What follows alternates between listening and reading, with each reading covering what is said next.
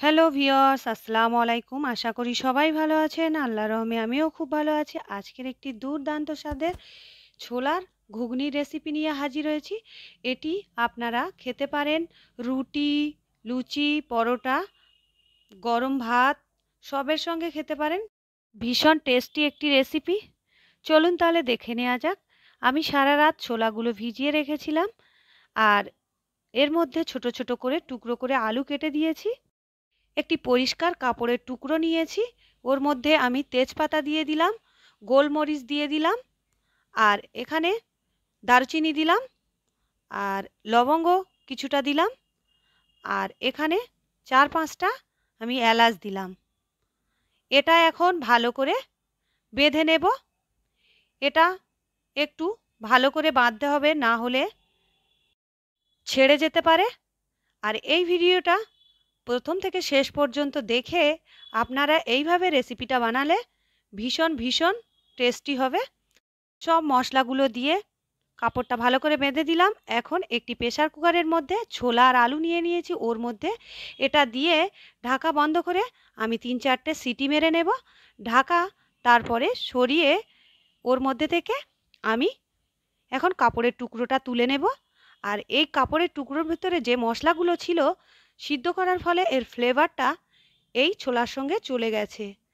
তো এখন এই কাপড়টা ছাড়িয়ে এর মধ্যে থেকে মশলাগুলো আমি নিয়ে একটি মিক্সিং জার নিয়েছি, ওর মধ্যে মশলাগুলো নিয়ে নিলাম। এখন এর মধ্যে আমি আরও কিছু মশলা দিয়ে দেব।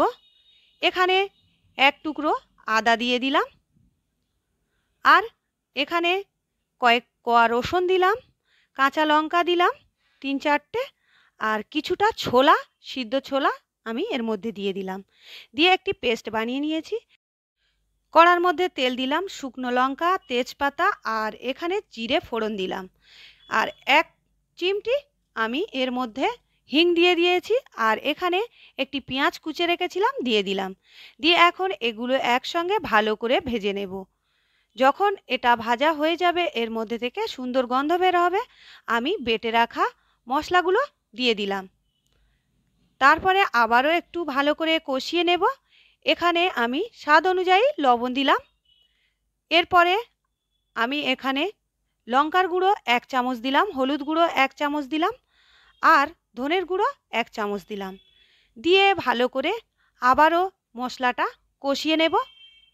এটা হালকা আঁচে আমি মশলাটা কষিয়ে নিয়েছি। এখন এখানে একটি টমেটো আমি পেস্ট করে রেখেছিলাম, এটা দিয়ে দিলাম। দিয়ে এটাও ভালো করে কষিয়ে নিলাম। নিয়ে এখন ঢাকা দিয়ে দিয়েছি। মশলাটা হালকা আঁচে কষিয়ে নেব।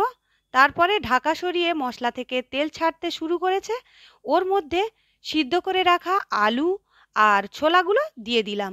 দিয়ে এখন ভালো করে এটা কষিয়ে নেব।